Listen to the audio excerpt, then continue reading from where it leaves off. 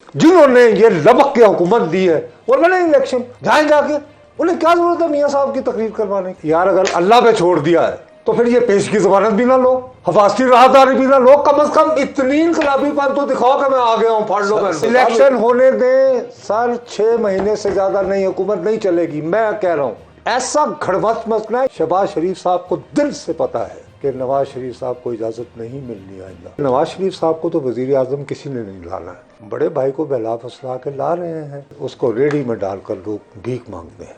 RTS थोड़ा सा आप कुछ हल्कों में बिठा सकते हैं, हर जगह नहीं बिठा। वो तो क्रेडिट जो है वो आज के हाजिर सर्विस आर्मी चीफ को दे रहे थे। You appear to be totally disconnected with my pain. इस पे जब आप आएंगे तो मैं आपका इस्तेमाल करने क्यों आऊँ? क्या आप तो एंजॉय कर रहे हैं लाइफ एवन फील्ड। असल में बात ये है कि फ्रैंकली स्पीकिंग मुझे डॉक्टर साहब का स्टेटमेंट सुन के जो है हैरानी हुई। मेरे पास में यहाँ तक बैठने से पहले तक मेरा ख्याल था ये पाकिस्तान मुस्लिम लीग नून के हैं और उसके सरबराह उसके सदर हैं, नहीं भाई हैं इनके साथ में यूनियन लिबर्टी। ये एन के एस के नहीं है ना, आपका ख्याल ठीक है। एन वाले एस वाले आप तो भैया बहुत तफसीलात में उलझ गए। आपको याद होगा हमारे वजीर आजम होते थे शहबाज शरीफ साहब, जो पाकिस्तान मुस्लिम लीग के सदर भी हैं और आइंदा वजीर आजम होने के हाँ इंतजार कर रहे हैं।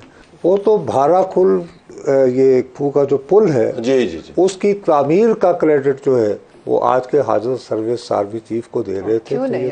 तो ये तो देखिए ना, उसकी वजह उन्होंने बेचारों ने खुद माना, देखे ना उसकी तो यहाँ भी वजह निकाल रहे।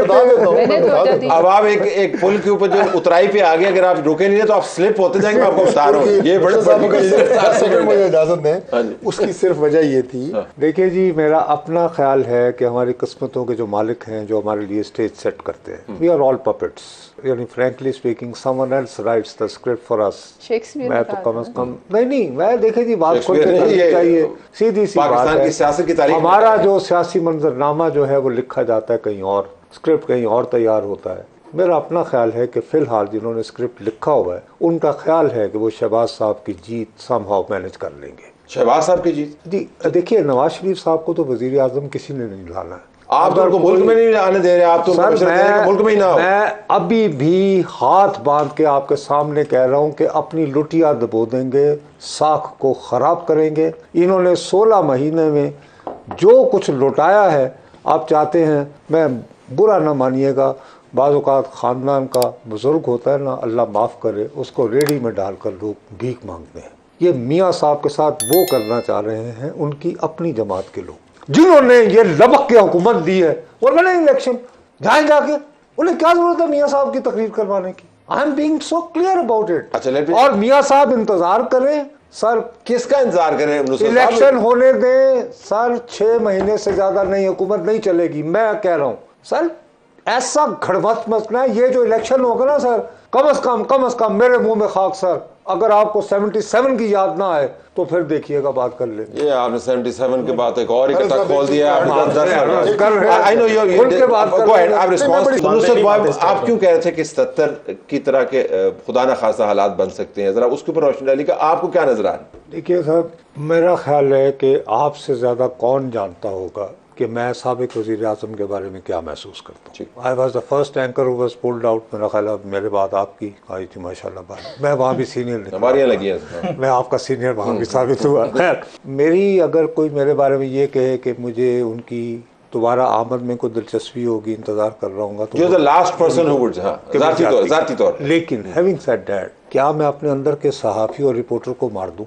असल में बात यह है कि कोई भी शख्स जो है वो उनकी वापसी में इतना इंटरेस्टेड नहीं है। अवाम की बेपनाह अक्सरियत को गुस्सा है जो 16 महीने उनके साथ हुआ है। मैं आपको छोटी सी बात बताता हूँ सर, 35,000 रुपये आपकी तनख्वाह है, बिल आपका आया है 9,000 रुपये बिजली का, 12,000 रुपये आपके मकान का किराया है, बाकी आप खर्चा कैसे चलाएं?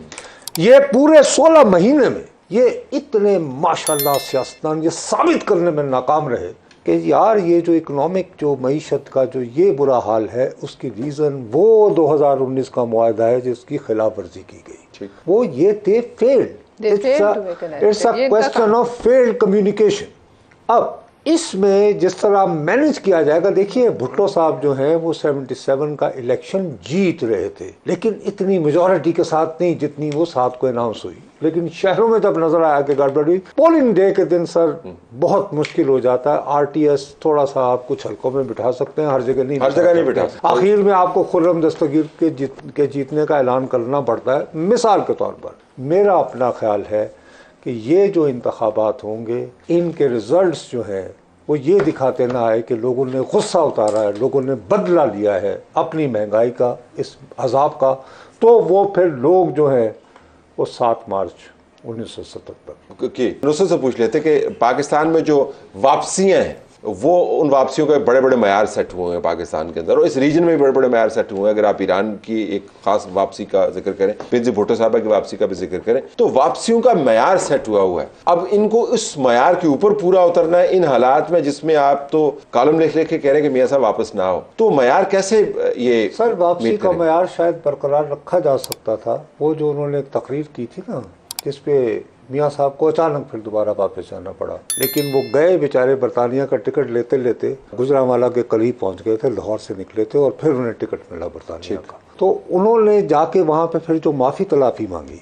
अब आप ये देखिए डार साहब का परसों तरसों का क्या बयान है, अल्लाह पे छोड़, मियाँ साहब ने अल्लाह पे छोड़ दिया। यार अगर अल्लाह पे छोड़ दिया है तो फिर ये पेश की जमानत भी ना लो, हफाजती राहदारी भी ना लो, कम से कम इतनी इनकलाबीपन तो दिखाओ कि मैं आ गया हूँ, फाड़ लो मैं सारी गल्ला ही अल्लाह ते छड़ दो। फिर वही छो ना, फिर कहो जी मैं आ गया, जो करना है कर लो मेरे ਨਾਲ, कुछ तो दिखाएं। कहते नहीं ऐसे करना है। क्यों? शहबाज शरीफ को पता है सर आइंदा 2 से 3 साल तक, मैं बहुत ज्यादा बेवकूफ़ी की बात कर रहा हूँ, you need to be stupid you know, कि आप इतने कॉन्फिडेंस के साथ आप करें। सर 1.5 से 2 साल जो है ना मियाँ साहब को लग जाएंगे ये इजाज़त देने में कि ये कौमी असम्बली के लिए लड़ सकते हैं या नहीं। निज़ाम बड़ा बेरहम है सर, निज़ाम इतना बेरहम है, और आपको पता है कि कोर्ट्स के अंदर और स्पेशली लाहौर हाई कोर्ट में कितनी मोहब्बत पाई जाती है जाती उमरा के साथ, हर रोज़ हम देखते हैं। इसीलिए फिर बंदे उठाना पड़ते हैं, वरना शेख रशीद को छुपाने की क्या जरूरत है। Point well taken. बेचौधरी परवेज लाई। अब तो देखना मैं क्या करूं, अब मैं क्या करूं। मसला सीधा साधा है, शहबाज शरीफ साहब को दिल से पता है कि नवाज शरीफ साहब को इजाजत नहीं मिलनी आइंदा, लेकिन बड़े भाई को बहला फसला के ला रहे हैं। उनका ख्याल है वो सऊदी अरब से आएंगे तो जाते हुए वो शाह साहब उनके साथ 3-4 बंदे बिठाएंगे, कहेंगे जी वो सरमायाकारी ले आ रहे हैं, वाह वाह वाह तालियां। इस तरह तारिक साहब महसूस हो रहे हैं आपकी बातों से। आई एम सॉरी जी, आई एम रियली सॉरी। मैं ये बात, अच्छा और दूसरी बात, एक जितना साहब मैं आपको एक बात कहना चाहता हूँ। मैं honestly from heart of my heart I genuinely respect Maryam Nawaz. देखिए वो घर की बहुत लाडली बच्ची थी, गुड़िया उन्हें कहा जाता था।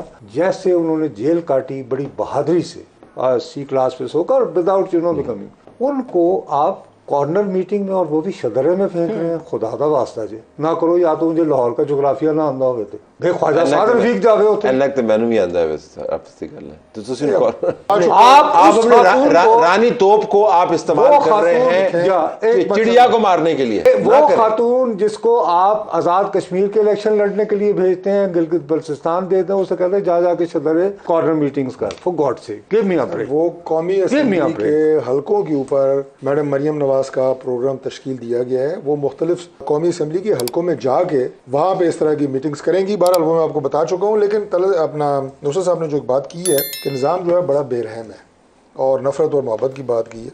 देखिए निज़ाम बेरहम हो या रहम दिलाना हो, जो भी हो, निज़ाम तो यही है ना, इसी के साथ चल रहा है। जो इस निज़ाम से हमें रेमेडी मिलेगी, जो कानूनी रियायत मिलेगी या जो इस कानून में मौजूद है वो हम लेंगे, वो हमारा राइट है, हर पाकिस्तानी का राइट है, और उसी के मुताबिक आगे चलना है।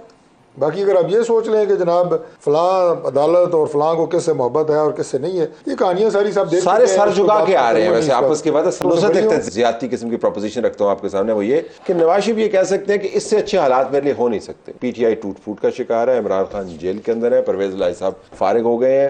पीपल्स पार्टी का रिवायती तौर पर पंजाब के अंदर जो वोट बैंक होता था, अगर आप पिछले 2 इंतखाबात के अंदर देखें, उनकी उठान में नजर नहीं आती। एक TLP बुनियादी तौर पर है, वो भी उसको वोट लेते लेते बहुत तगदो करनी पड़ेगी। तो really the ground is open for him. अगर वो अब नहीं आएंगे तो फिर कब आएंगे? अगर अब माहौल नहीं बना पाएंगे तो कब माहौल बना पाएंगे? Your take. मेरा ख्याल है उन्हें यही समझाया जा रहा है कि जी लोग आपको एसोसिएट करते हैं मोटरवे से, बड़े प्रोजेक्ट वो से, जो यानी कि मेगा प्रोजेक्ट से, ग्रीन चैनल से। अब जब आप आएंगे तो दोबारा उम्मीद हो जाएगी। ठीक। मेरा ख्याल है उन्हें बहकाया जा रहा है, उनको रियलिटी नहीं बताई जा रही, क्योंकि देखिए वो बबल में है। मैं आपको बताऊं, अगर कोई बताने वाला हो। वो इत्तेफाक कर रहे हैं। नहीं सर, मैं आपसे एक छोटी सी बात बताऊं। बबल में चले जाते हैं। आप आजकल टीवी का दौर है सर, और मियाँ साहब थोड़ा बहुत जितना आपका मेरा इंटरेक्शन हुआ है उनके साथ, he is so good with optics.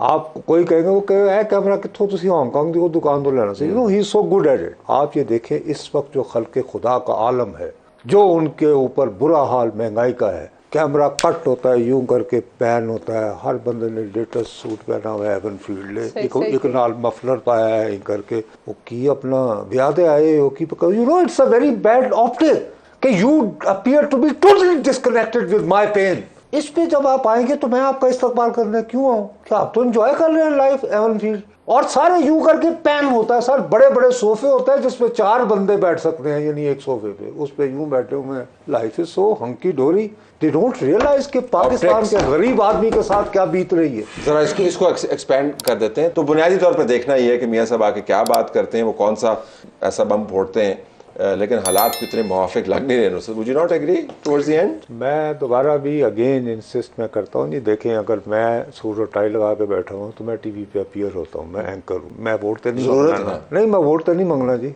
My profession demands it. आपने वोट मांगना है, so you have to be careful about your optics. और मैं आपको फ्रेंकली बता रहा हूँ कि दिस टाइम अराउंड ये कल जैसे हुआ है, ये मरियम बीबी का पोटेंशियल भी तबाह कर रहे हैं, just because of living in a bubble. They must wake up if they really want to get back in politics, period. बहुत शुक्रिया आप साहब।